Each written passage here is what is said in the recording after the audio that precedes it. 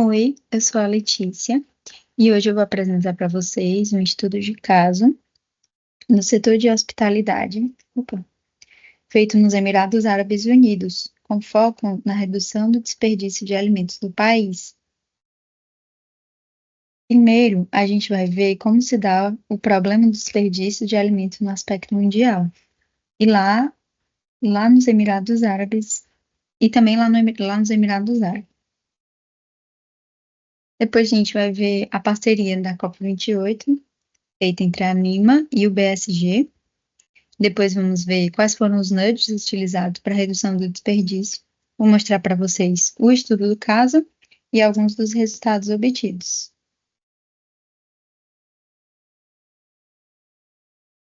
Bom, primeiramente, no cenário global, nós temos o resultado de que 1/3 dos alimentos são desperdiçados, aproximadamente 1,3 bilhões de toneladas de alimentos por ano.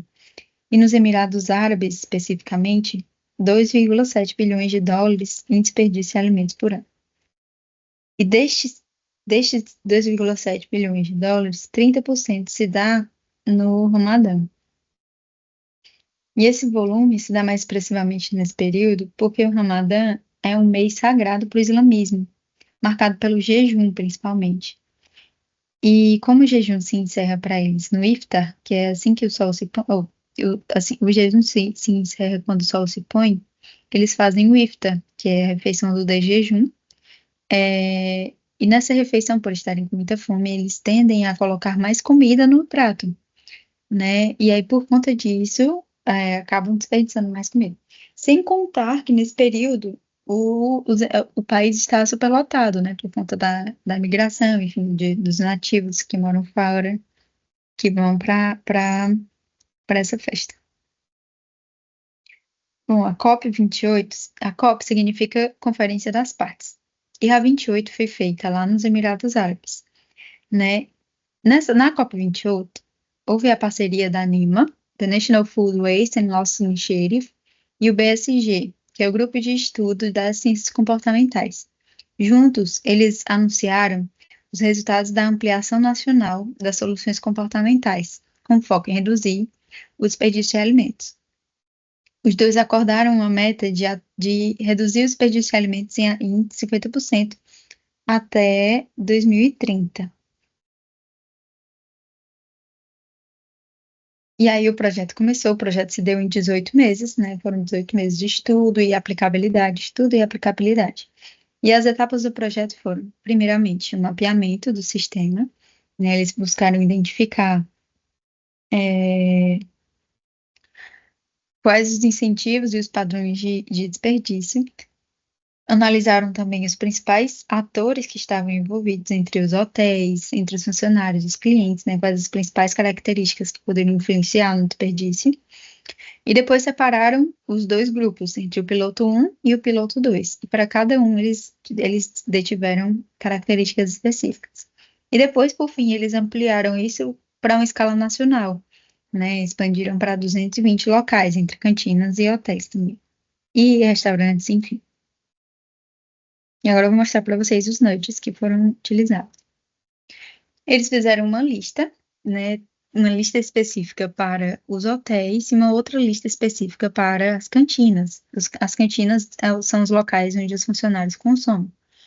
E cada cantina e hotel e restaurante, né, no caso, pôde escolher qual das estratégias utilizaria, conforme seu público-alvo. Por exemplo, não faria sentido para um hotel adotar pratos menores, como é a primeira opção da lista, se esse hotel fosse gourmet e se a porção viesse à la carte e perderia a apresentabilidade do prato, né? Nessa ocasião específica, nós vimos que o viés do excesso de escolhas não foi eficiente. Na verdade, o excesso de escolhas fez com que a adaptabilidade do projeto ficasse melhor para eles, né? Cada qual pôde escolher quais ou qual estratégias adotar que mais faziam sentido para o seu negócio, né? E aí, dentro disso, nós temos também o viés da permissão para implementadores. O viés da permissão sugere que os estímulos mais sutis, né, como, por exemplo, adoção dos pratos menores, a porção controlada por uma pessoa específica, a lixeira transparente, né? Tem maior probabilidade de ser aceita. Quanto às mudanças mais radicais, elas tendem a sofrer mais resistência por parte dos aplicadores. Então, foi um estudo, no artigo ele diz que foi muito complicado achar o grupo controle, porque todos queriam demonstrar esse resultado, né? Todos se sentiram muito atraídos a demonstrar o resultado de redução, né? Sem contar que para o restaurante também é bom, faz com que ele esteja mais sustentável e a sua adaptação seja mais verde, né? Você tem um desempenho mais verde, mais limpo. Mas, enfim, os resultados que foram alcançados através da aplicação desses nudges. No piloto 1, a cantina da equipe, ou a cantina dos funcionários, foram utilizados 7 refeitórios, né? E nesses 7 refeitórios, somando todos, teve uma média de redução de 44% dos resíduos, com algumas daquelas estratégias utilizadas que eu mostrei antes. E no piloto 2, nos clientes com buffets, foram 5 restaurantes utilizados e tiveram uma redução de 12 a 15% nos resíduos dos alimentos. Já esse estudo, quando foi ampliado para uma escala nacional, para 220 locais, teve uma redução de 8% no desperdício de alimentos.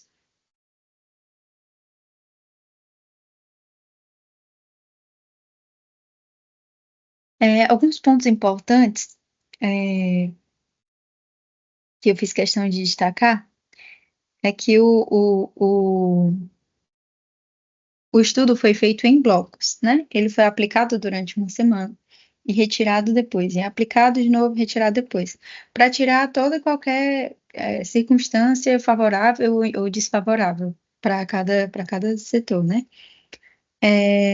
Outro ponto que eu achei importante foi a baixa dependência de funcionários, né? Então, eles não precisariam fazer um grande investimento com pessoas mais capacitadas, pois a aplicabilidade desse estudo foi muito simples.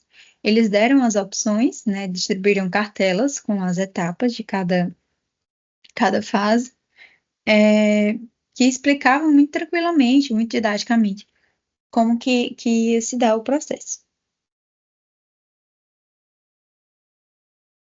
Enfim, para concluir, um outro ponto que eu queria destacar, que eu não coloquei aqui, é que os estudos normalmente analisam, de acordo com o artigo, os estudos analisam que a eficiência dos nudges fica em torno de 1,4%, né, que não é uma coisa muito expressiva, assim.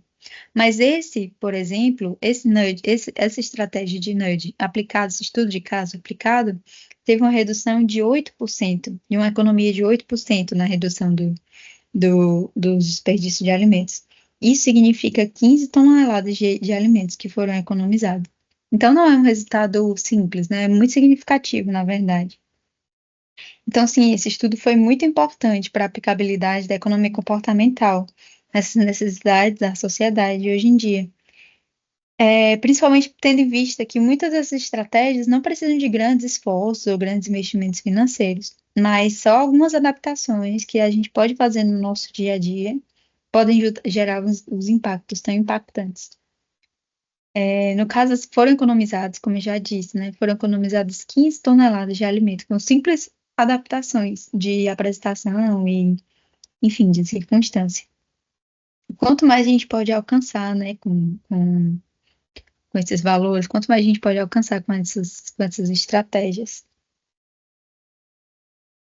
E por fim, eu quero agradecer a professora Aveline por todo o empenho no decorrer do nosso curso, né? Quero agradecer também por essa cadeira tão especial, tão inovadora para nós, como estudantes de economia.